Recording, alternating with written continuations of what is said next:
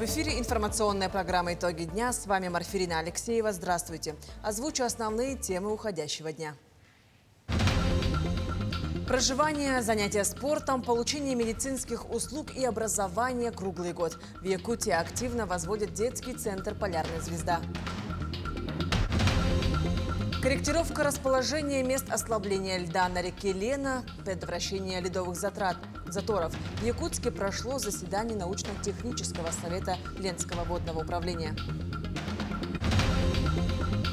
В Нерюнгри проходит активный этап благоустройства дворовых территорий, парков и скверов.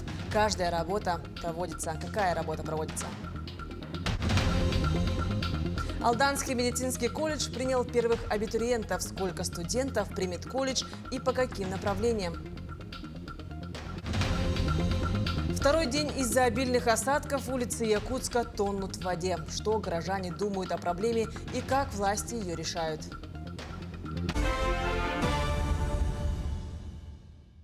Торговые вывески и таблички с надписями в России будут размещаться только на русском языке. Такой закон подписал Владимир Путин. Нормы вступят в силу с 1 марта 2026 года. Кроме вывесок, документ затрагивает указатели, знаки и информационные таблички. Они должны размещаться в публичных местах лишь на русском языке. Также в законе есть норма, которая касается жилых комплексов и иных зданий. Их названия должны быть выполнены также на русском языке. Полярная звезда вскоре засияет. Строительство круглогодичного детского оздоровительного лагеря в Якутии составляет 66% готовности. В следующем сюжете мы расскажем о текущем этапе строительства. В живописном районе на берегу реки Лена новый социально значимый объект откроет свои двери для детей. Лагерь сможет разместить 350 ребят за смену, а проектные работы и государственная экспертиза успешно завершены. Глава республики Айсен Николаев также лично проверил ход строительства. Основные работы по объекту будут завершены в текущем году, строительно-монтажные работы, внутренние работы, а вот благоустройство, дополнительные работы будут завершаться в следующем году, в середине года. Василий Сергеевич в ходе рассмотрения объекта обратил внимание на ускорение процесса строительства, увеличение рабочей силы и, соответственно, решение вопросов по финансированию. Проект реализуется при поддержке полпреда президента на Дальнем Востоке Юрия Трутнева и Минвосток развития России в рамках единой президентской субсидии. 6 корпусов будущего центра, включая инженерные сети, практически готовы. Сейчас ведется внутренняя отделка. Отстающие 7 и 8 корпуса мы планируем завершить до конца года, но есть одно, так скажем, условие – это открытие кредитного финансирования. Сейчас ведутся переговоры с правительством в части согласования сметной стоимости объекта. Если все, соответственно, если мы открываем кредитное финансирование в этом году, то плановый срок сдачи объекта – сентябрь 2026 года. Полярная звезда – это современный детский центр площадью 12 тысяч квадратных метров, состоящий из 8 корпусов. 4 корпуса предназначены для проживания, остальные – для занятия спортом, получения медицинских услуг и образования. Здесь разместятся кластеры профориентации, видеостудии и многое другое. Помимо оздоровления, детей ждет насыщенная образовательная программа. Дарья Короленкова, Семен Семенов, Табака, Якутск. Якутия продолжает поддерживать бойцов СВО, находящихся на передовой. Деятельность оперативного штаба направлена на дополнительное обеспечение оснащением и снаряжением. Так, опорные пункты ведут передачу необходимых средств и оборудования. Всего с начала года перевезено более 90 единиц техники и гуманитарных грузов. Для этих целей было выполнено 29 рейсов по маршруту Якутск-Новоазовск. Не остаются в стороне общественные организации. С их помощью собрано более 60 кубометров гуманитарного груза. Отправка планируется в ближайшее время. Завершилась акция «Маршрут добра» для пострадавших жителей Курской области. Отправлено чуть более 5 тонн гуманитарного груза. Это в том числе и предметы первой необходимости. Пользуясь случаем, хочу поблагодарить всех, кто принял самое активное участие в этой важной акции. Мероприятия по дополнительному обеспечению оснащением и снаряжением участников специальной военной операции продолжаются. В Якутске прошло заседание научно-технического совета Ленского водного управления, в рамках которого обсудили вопросы, касающиеся водных ресурсов региона. Одним из ключевых моментов стала корректировка расположения мест ослабления льда на реке Лена, вызванная строительством нового моста. Участники также рассмотрели новые проекты по предотвращению ледовых заторов на реках Лена, Вилюй и Колыма. Кроме того, по итогам весеннего половодья было принято решение о реализации дополнительных мер по защите от наводнений, включающих зачернение льда на площади 149 гектаров. И сегодня на НТС наши предложения, которые мы будем озвучивать по новым мероприятиям, должны рассмотреть наши ученые, наши специалисты с Якутского ГУМС, со всех смешанных организаций с правительства Республики Саха-Якутия. К этому мы шли очень долго, потому что имеем уже большой фактический практический опыт по проведению данных мероприятий. В Нерингре проходит активный этап благоустройства дворовых территорий, парков и скверов. В зимние месяцы разрабатывались планы и проекты. Теперь пришло время реализовать задуманное. Какие работы ведутся сегодня, расскажут наши коллеги из Нерингри. Сделать каждый уголок родного города комфортным, безопасным и интересным для жизни – такова цель активных нерингринцев, председателей ТСЖ, руководителей общественных пространств, парков и скверов. В рамках программы летнего благоустройства в Нерингре активно ведутся работы по обновлению парков и дворовых территорий. В этом году проводится подготовительная работа к основному празднику Исэ-Халанхо этого лета. Ждем огромное количество туристов, гостей и, конечно же, мы приводим сейчас в соответствие, в порядок. Где-то проводится сейчас у нас текущий ремонт в парках и скверах. Дополнительно мы провели озеленение, высадку цветов на сквере Строителей, это возле центральной почты в нашем городе. Ну и, конечно же, в нашем парке в этом году мы высадили еще большее количество однолетних цветов, саженцев. Большое внимание озеленению уделяется не только в парках и скверах, но и во дворах. Здесь активные жильцы сами высаживают цветы и деревья. Этим летом работы у жильцов дома по улице Дружбы народов очень много. Приходится не просто благоустраивать, но и восстанавливать свой любимый двор, придомовую территорию. В прошлом году у нас была плановая замена канализационных труб. Объем работ сейчас в данный момент у нас идет восстановление заборов и все, что вот было до того, как у нас начинались проводиться эти работы. Жильцы у нас все хорошие, ответственные, по просьбе выходят, помогают, то есть не самостоятельно все это производится. Благоустройство продолжается, и впереди еще есть работа по улучшению городской среды. Жители и гости города видят результаты проведенных работ и успевают насладиться обновленными парками и дворами за короткое якутское лето. Екатерина Павлова, Захар Головин, Нерингри.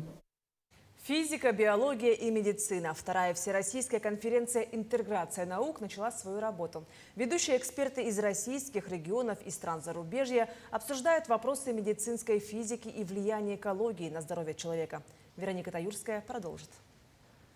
В работе конференции с международным участием задействовано более 100 специалистов. В течение 2 дней приглашены эксперты с Московского государственного университета имени Ломоносова, Санкт-Петербургского государственного университета, Якутского республиканского онкологического диспансера, Национального медицинского исследовательского центра онкологии имени Блохина и других ведущих учреждений России предстоит обсудить современные тенденции и перспективы развития радиационной медицины. В дистанционном формате примут участие медики и преподаватели из Беларуси, Узбекистана, Китая и других государств. Зарубежные спикеры поделятся опытом радиационной медицины в своих странах. Конференция предусматривает участие специалистов широкого профиля. Это научные сотрудники в области физики, медицины, а также биологии. Задача конференции заключается в том, чтобы объединить все эти специалисты широкого профиля, да, и чтобы вот данная конференция, да, она была площадкой для новых идей, нового сотрудничества, а также новых разработок в области медицины. На конференции особое внимание уделяют вопросам новых передовых технологий в онкологии. Не остаются в стороне проблемы подготовки медицинских кадров для радиационного оборудования. В настоящее время в Якутском республиканском онкологическом диспансере работают врачи, закончившие ведущие научные учреждения страны. У нас сотрудничество с Якутском длится уже много лет, существенно больше 10 лет. Вот, и с каждым годом нарастает темп, много выпускников. Те, кто у нас обучался, работают сейчас и в Якутском университете, и в учреждениях Якутии. Вот. Мы очень плотно работаем, и у нас защищено только вот в прошлом году и в начале этого года одна кандидатская и одна докторская диссертация. Конференция проводится раз в 3 года и выступает местом для подведения итогов в области радиационной медицины, радиобиологии, а также площадкой, где заключается соглашение о дальнейшем сотрудничестве. Вероника Таюрская, Станислав Потапов, Якутск. Алданский медицинский колледж уже принял первых абитуриентов. Тем временем студенты и выпускники вышли на финишную прямую. Они сдают демо-экзамены и защищают дипломы. В студенческие хлопоты окунулись наши коллеги. Первые дни работы в приемной комиссии для лаборантов Алданского медицинского колледжа стали достаточно спокойными. Большинство школьников еще ждет свои аттестаты. А пока в качестве абитуриентов в колледж приходят в основном выпускники прошлых лет. Тем не менее, за 2 дня документы на поступление подали более 20 человек. Аттестаты школьникам выдавать будут только 27 числа, поэтому пока идут у нас более взрослые население, которые заинтересовались, видимо, уже в процессе своего возрастного ценза медицинской отраслью. На новый учебный год абитуриентам предлагаются 2 специальности – сестринское дело и лечебное дело. Набор ведется на базе 9 и 11 классов. Ожидается, что в сентябре в аудитории придут 135 первокурсников. У нас размещен пункт приема документов в Алданский медицинский колледж в городе Якутск по улице Водников, 1. Это институт водного транспорта. То есть часы приема приемной комиссии такая же, как и в Алданском колледже. Приемная кампания стартовала. Тем временем выпускники медколледжа вышли на финишную прямую. Без 5 минут медработники сдают демонстрационные экзамены и защищают дипломы. По первой форме государственная итоговая аттестация проходит в группе медицинских сестер. В этом году у нас большой выпуск планируется, 155 студентов, из них 19 фельдшеров мы выпускаем, 13 акушерское дело и остальные у нас медицинские сестры. У нас в этом году впервые группа защищается по новым федеральным стандартам. Обучение у них было год и 10 месяцев, и сегодня у нас впервые проходит государственный экзамен в виде демонстрационного экзамена. Пока часть группы решает задачи и выполняет практические манипуляции в аудитории, их товарищи ожидают своей очереди в коридоре. И многим это ожидание показалось едва ли не более трудным, чем сам экзамен. Волнуюсь очень сильно, на самом деле, хоть и готовились, но все равно есть волнение. Вот первый раз, первая группа, получается, в колледже по новой программе сдаем, и все равно есть какое-то волнение даже с подготовкой. Волнение сильное, даже несмотря на то, что задания, которые вошли в билеты, студенты выполняли не раз, разбирая материал в теории и затем закрепляя его на практике. К слову, у многих интерес к получаемой профессии в процессе обучения углубился. В основном больше желания работать по дальнейшей профессии появляется именно на практике, когда ты сталкиваешься со своей профессией лицом к лицу. Совсем скоро выпускные испытания финишируют. Выдача дипломов пока еще студентам состоится 1 июля. А приемная кампания в колледже продлится до конца августа. Татьяна Вахнина, Сергей Шипачев, Алдан. Как усыновить ребенка, раскрыть его внутренний мир и настроить на верный путь в жизни? Об этом обсуждали на республиканском слете приемные родители, специалисты из органов опеки и попечительства, соцработники и психологи-педагоги. В республике 226 семей усыновили более 600 детей. До прихода приемных детей супруги проходят тестирование, специальные обучающие курсы. Также специалисты отдела опеки проверяют домашние условия семей. Основные требования – это по состоянию здоровья медицинское заключение должно, по состоянию здоровья должен быть кандидат готов к этому. Также должен работать, сведения о работе должны предоставлять, и условия должны быть. Несудимость. Самое главное, чтобы все-таки дети не находились в учреждениях. Это главная самая политика того, чтобы все-таки сокращались учреждения и было побольше детей, которые именно устраиваются в семьи. Меняются сезоны года. Обеды городского хозяйства Якутска остаются теми же. Второй день из-за обильных осадков столичные улицы тонут в воде. Что горожане думают о проблеме и как власти ее решают, в следующем сюжете. Вчера Якутск, как острят шутники в соцсетях, превратился в Венецию. Машины рассекали целые реки дождя, теряя номера и бамперы. Напасть настигла и пешеходов. Огромные лужи стали непреодолимой преградой. Не пройти. В мэрии рапортуют. О ливне знали заранее и к его последствиям готовились. Но такой щедрости от природы не ожидали. Выпало очень большое количество осадков, 35 миллиметров – это больше месячной нормы. Мы ожидали, что будет около 20, но все равно мы всегда готовимся к худшему, надеемся на лучшее. Уже с той недели начали откачивать септики, то есть опорожнять до 30%, тем самым, чтобы все машины у нас была возможность вывести на улично-дорожную сеть. Вчера отработало 20 машин, откачали 2368 кубов воды. Усилия администрации Якутска горожане оценивают по-разному. Тяжко ездить? После луж, конечно, тяжко. Почему? Объясните. Вода везде, ямочки там, не знаю, где наступить. Кочек не видно, поэтому. Луж много, но их откачивают. Приезжала машина, днем откачивали. Все равно намного лучше, чем прошлые года. А на том перекрестке перейти вообще невозможно, например. А работой мэрии довольны? Подкачкой луж? Нет. Не очень. Кошмар. Почему? Водоотводов нету. Вследствие этого потопы. Я например, порог свой уронил сегодня.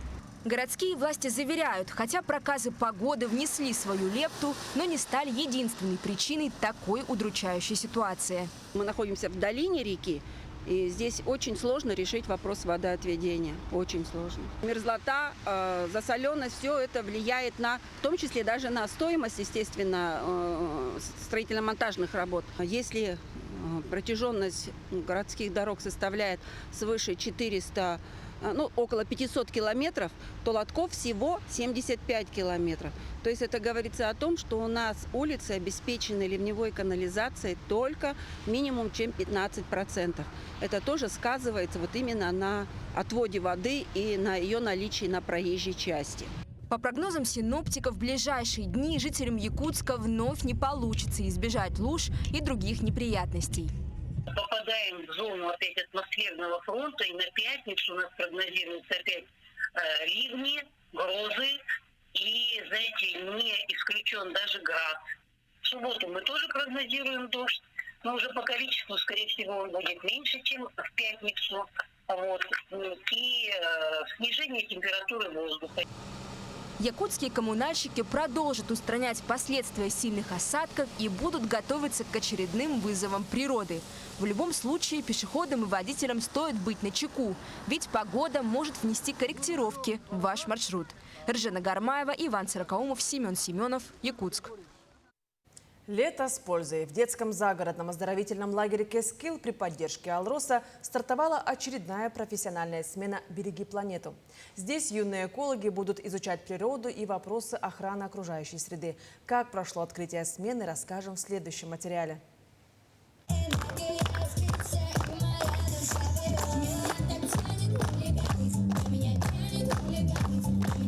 Зажигательные танцы и вдохновляющие выступления юных экологов задали тон всей смене «Береги планету», которая ежегодно проходит в лагере «Сосновый Бор», важной площадке движения первых в Якутии. Здесь, где забота о природе один из главных приоритетов, ребята смогут не только отдохнуть, но и принять участие в разнообразных мероприятиях, акциях, экоквизах, тренингах, викторинах и даже в ярмарках. Все это ради важной цели – сохранить и приумножить экологическую культуру.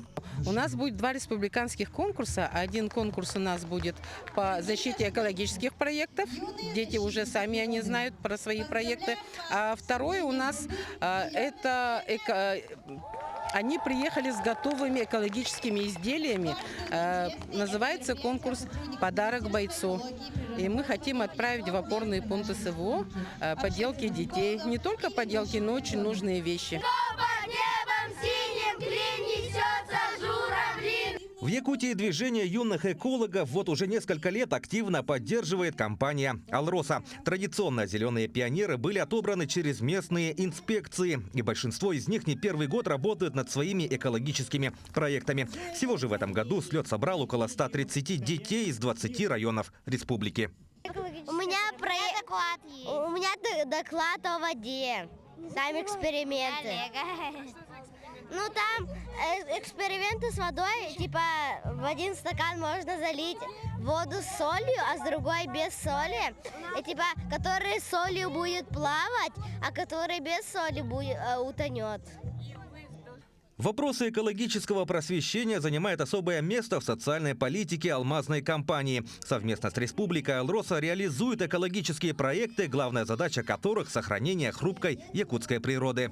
Мы участвуем в организации, в проведении этого великолепного такого экологического мероприятия в 7-й раз уже. Да, «Зеленые пионеры» – это детское движение, и мы верим, что то, что дети здесь проводят лето, что те знания и практику, опыт, который они получают, что это обязательно им пригодится в жизни.